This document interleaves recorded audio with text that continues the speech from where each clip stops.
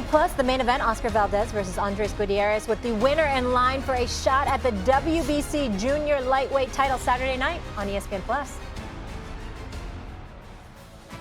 Then Saturday afternoon, we got this. First place in the Big Ten West and a berth in the Big Ten title game against Ohio State are on the line. Number 12 Wisconsin faces number 8 Minnesota, 3:30 Eastern on ABC and the ESPN app. All eyes tonight on Anthony Davis. LeBron James up high, and Davis catches a body.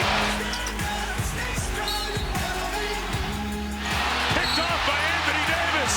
They couldn't get it inbounds. Anthony Davis, the dream killer tonight. Reunited, and it didn't feel so good. We all remember the drama when Anthony Davis tried and failed to leave the Pelicans midseason, then ultimately got it done over the summer. So we know a lot of folks in the Big Easy are salty. Pelicans fans booed AD relentlessly in his first game against his former team, but Davis got the last laugh, scoring a game-high 41 points. They said in pregame, we don't want to leave this building without a win.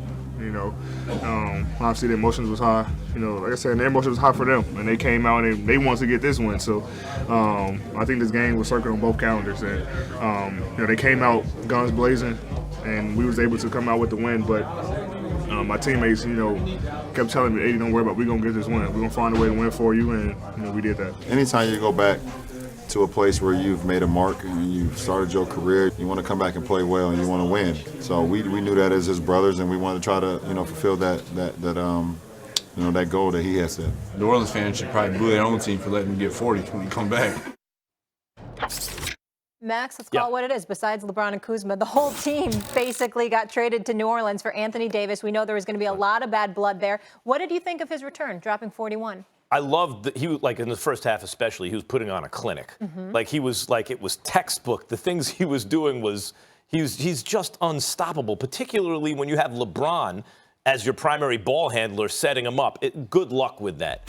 But the fourth quarter was a little quieter, and it was still a game. And the most impressive thing to me, Stephen A., because sometimes AD can be so efficient it can slow up your offense, because you have a tendency to, not just stand around and watch. It's not that kind of party, but to feed him, and he's very efficient, and you keep doing it. But he's scoring 2 points at a time for the most part, and some of the, the offense is not as fluid all the time. It's like the give and take of basketball. But the inbounds that he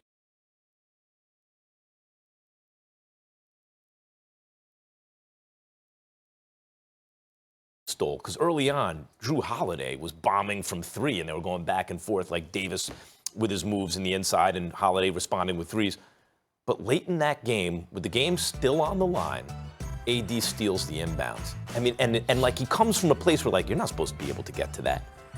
He is what makes him so special. We see 41 points. The offense, we know he's one of the most efficient scorers ever, really.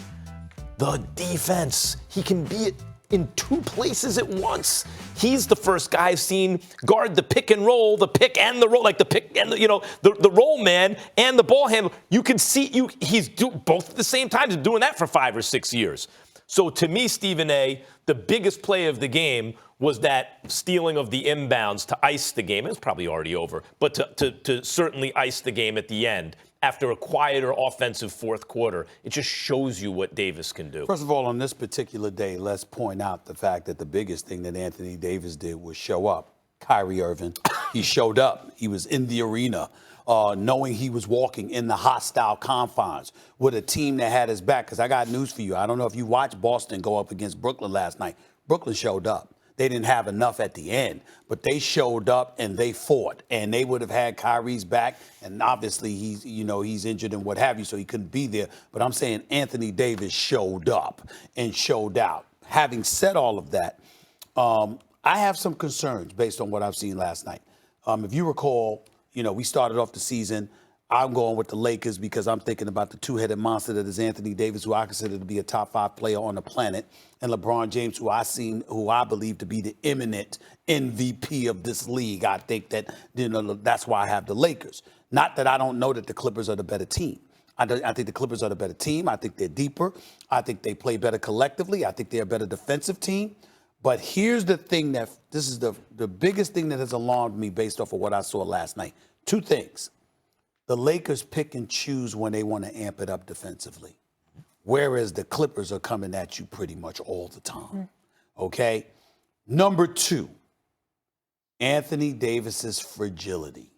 He had to go out. It ended up not being a serious injury when the guy came under him and the elbow injury. But if you look at Anthony Davis in the last year alone,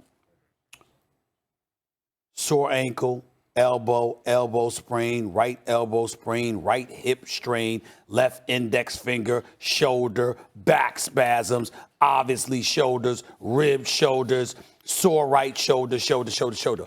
All of those things in the last year.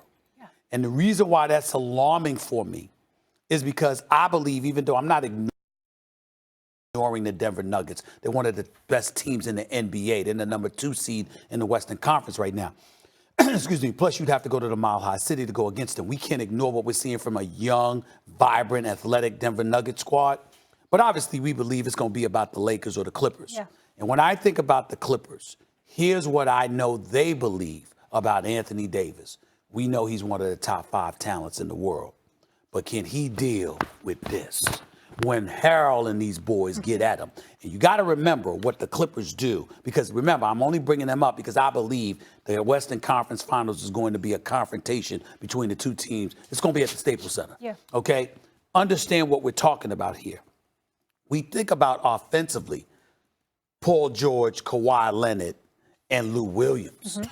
What we're missing is that defensively, you add Harold to that mix. It's Harold, Kawhi, Paul George, and Patrick Beverley.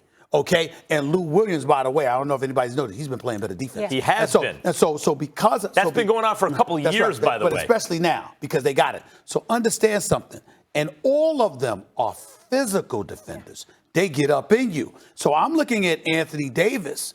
And my lone question about him is the physicality that they're going to throw in his direction. A, is he going to stay healthy? And B, even if he is healthy, are you going to be able to deal with his caliber? What about LeBron having to play all those I'm not worried about LeBron. But the wear and tear of playing every single game at 35 years old. I am, and I'm glad you brought that up. When you deride the idea of load management, Stephen A., let's say Anthony Davis, let's just say it worked out that the way his injuries panned out, he winds up playing 60 games this season. But the Lakers obviously make the playoffs, one of the best records in the conference, and he's available for the playoffs at more or less full strength. Mm-hmm. You would say that's a success, right? Like, that's what you hope for. That's why they load manage Kawhi. Yeah. That's why. Because load management means we are content with our superstar playing 60-plus games, but maybe not 70. And in so doing, we will have him himself by the time the playoffs roll around. That's the point in load management. Yeah, but, let's try not to leave it up to luck. But I roll with my man, Jeff Van Gundy, who decried load management on national television last night and talked about how the regular season has been devalued by the league, the players, and the media. Jeff Van Gundy made a very profound point. I believe Coach is wrong. I believe Coach is wrong about that. Yeah, and I don't. Right. I believe he's absolutely. We got to leave it there. Load management aside, though, that Clippers mentality reminds me of the Ravens, which we were discussing earlier. That same kind of smash mouth. Coming up on a Thanksgiving special edition of First Take, the fellas will debate a recent ranking of Tom Brady that is so disrespectful. And what would a Cowboys win mean for Jason Garrett? You may be surprised what Mr. Smith has to say. Second hour First Take coming up after this short break. Happy Thanksgiving.